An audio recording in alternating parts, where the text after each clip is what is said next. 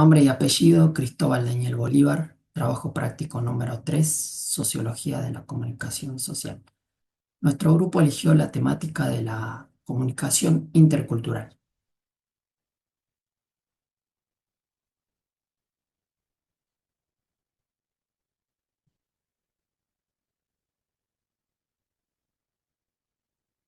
Interculturalidad y comunicación según Grimson. Alejandro Grimson, Interculturalidad y Comunicación, nos ofrece una profunda reflexión sobre cómo las culturas se encuentran y se entrelazan a través de la comunicación. Y uno de los aspectos más interesantes que aborda es la relación entre el lenguaje y el tacto en los procesos interculturales. El lenguaje como puente y barrera. Grimson destaca que el lenguaje es, por un lado, un puente fundamental para la comunicación intercultural. A través del lenguaje, las personas de diferentes culturas pueden compartir ideas, experiencias y construir relaciones. Sin embargo, el lenguaje también puede ser una barrera significativa. Las diferencias lingüísticas, los matices culturales y los presupuestos implícitos en cada lengua pueden generar malentendidos y dificultar la comprensión mutua. Algunos puntos claves sobre el lenguaje en la obra de Grimson. Relativismo lingüístico. Grimson reconoce que nuestra percepción del mundo está moldeada por el lenguaje que utilizamos. Cada lengua categoriza la realidad de manera diferente, lo que implica que nuestra forma de pensar y entender el mundo es culturalmente específica. cur- Culturalmente específica. Comunicación no verbal. El lenguaje no se limita a las palabras. La comunicación no verbal, como los gestos, las expresiones faciales y el contacto visual, también juega un papel crucial en la interacción intercultural. Traducciones y adaptaciones. Las traducciones son siempre interpretaciones y en la comunicación intercultural es fundamental ser conscientes de las posibles pérdidas y ganancias en el proceso de traducción. El tacto como forma de comunicación. El tacto, aunque a menudo subestimado, es una forma de comunicación poderosa y universal. Grimson señala que el contacto físico puede transmitir una amplia gama de emociones y significados, desde afecto y cercanía hasta la dominación y agresión. La importancia del tacto en la comunicación intercultural. Normas culturales. Las normas culturales varían considerablemente en cuanto al contacto físico. Lo que se considera apropiado en una cultura puede ser considerado inapropiado en otra. Comunicación no verbal. El tacto es una forma de comunicación no verbal que puede complementar o contradecir el mensaje verbal. Creación de vínculos. El contacto físico puede ayudar a establecer vínculos y construir confianza entre las personas. El lenguaje y el tacto en la interacción. Grimson sostiene que el lenguaje y el tacto están estrechamente relacionados en la comunicación intercultural. El lenguaje puede influir en la forma en que percibimos y utilizamos el tacto y viceversa. Por ejemplo, en una cultura donde el lenguaje es muy directo, el contacto físico puede ser más frecuente y menos ambiguo. En resumen, Grimson nos invita a reflexionar sobre la complejidad de la comunicación intercultural. Más allá de las palabras, existen múltiples formas de comunicación que deben ser consideradas. La importancia de la sensibilidad cultural para comunicarnos eficazmente con personas de diferentes culturas. Es necesario ser conscientes de las diferencias culturales y adaptar nuestro comportamiento en consecuencia. La necesidad de un enfoque holístico. El lenguaje y el tacto son solo dos aspectos de la comunicación intercultural. Para comprender plenamente la interacción entre culturas debemos considerar una amplia gama de factores, como la historia, la política y la religión. En conclusión, el trabajo de Grimson nos proporciona herramientas valiosas para analizar y mejorar la comunicación intercultural. Al comprender la importancia del lenguaje y el tacto, podemos construir relaciones más sólidas y respetuosas con personas de diferentes orígenes. Bueno, eso fue fue mi presentación de la temática de la comunicación intercultural. A mí me tocó el lenguaje y el tacto. Hasta luego.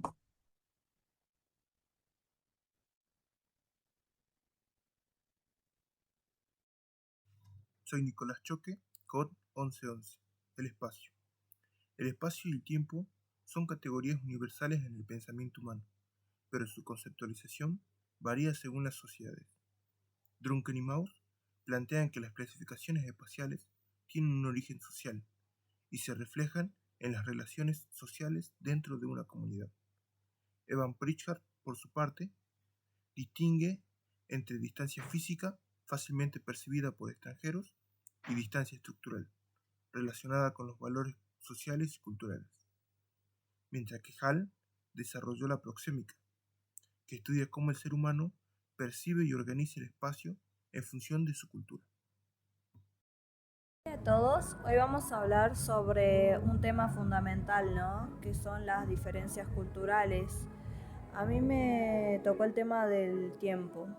El tiempo tiene que ver más que nada con conceptos universales, porque son varias las percepciones que tiene, ¿no? Según las culturas, ya que el tiempo no es solamente un reloj, sino que tiene que ver más con una construcción cultural, porque podríamos decir que las culturas son, en algunas culturas eh, pueden ser más flexibles y en otras pueden ser más estructuradas. Las culturas se están dividiendo en dos. Tenemos la cultura monocromática y la cultura policromática. En cuanto a las culturas monocromáticas, según Hall, tiene que ver más que nada con la producción estructurada. En este caso, las personas se enfocan en una sola tarea a la vez, ¿no? Ellos valoran mucho la puntualidad y la planificación. Para ellos, llegar tarde se podría decir que es una falta de respeto, ¿no? Por ejemplo, para Argentina esto no es una falta de respeto porque valoramos más las relaciones personales. Eh, los países que son más que nada estructurados son Alemania, Japón y Estados Unidos. Y en cuanto a la cultura policromática, podemos decir que ellos son más flexibles porque manejan varias tareas al mismo tiempo. Eh, por ejemplo, podríamos decir que cuando vamos a una reunión importante, midiendo el nivel de conversación, no vamos a retirarnos a tal horario. Tiene que ver más que nada con una construcción social. Soy Martín Gabriel Maurinasqui, con número de libreta COD 1003. Voy a hablar del texto Interculturalidad y Comunicación de Alejandro Grimson, de la kinésica, cómo se refiere al conjunto de movimientos corporales, gestos, postura, movimiento de brazos, manos, piernas y expresiones faciales, en el cual en el texto menciona a Marcelo Mauss cuando publica en su ensayo Concepto de la técnica corporal, que abarca en su pequeño breve relato cómo ciertos movimientos corporales pueden llegar a afectar en una sociedad, en el cual pone como ejemplo que en Francia han intentado las mujeres francesas imitar por medio del cine gestos corporales que utilizaban las mujeres de Estados Unidos para imitarlas, digamos. Después, otro autor que mencionan son los estudios que hizo Bateson y May sobre el carácter balines. Balines era un chico era un niño que han hecho un experimento con una madre, que si la madre se llega a acercar, el chico se va a acercar; si la madre se llega a alejar, el niño se va a alejar. Esto llega a ser como kinésica contacto contacto táctil. Después, otro de los autores que menciona es Bill Wister, que se concentra específicamente sobre el cuerpo, que hablamos de cómo una persona puede llegar a hablar dos idiomas, y en el cambio que hace de un idioma a otro, podemos ver cómo cambia expresiva y corporalmente sus expresiones al comunicarse con otras personas. Después tenemos otros autores como Ekman, que propuso distinguir las distintas operaciones kinésicas, en los cuales denominó entre dos. Tenemos los emblemas, que son los movimientos realizados con las manos, que podemos interpretarlas de distintas maneras y de forma verbal literal.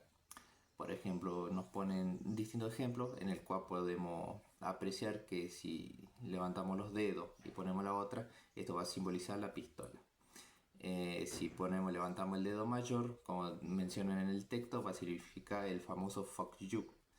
Después, como segundo tema a tratar, ponen los movimientos ilustradores, que son estos que acompañan los movimientos, como en el caso que pone como ejemplo, cuando se va a una iglesia o se está en algún lugar así, que complementa a la posición que está, que sería el conjunto de unir las manos. Después, otro ejemplo que nos pone símbolo de protesta, cuando golpeamos de manera fuerte con un puño la mesa, que estamos simbolizando que nos molesta algo. Después, resumiendo todo el texto de la parte kinésica, que todos los seres humanos usamos los emblemas y los ilustradores, aunque cada uno de sus gestos o significaciones vaya variando en el lugar que estemos y depende también mucho de su cultura. Con esto terminamos este texto.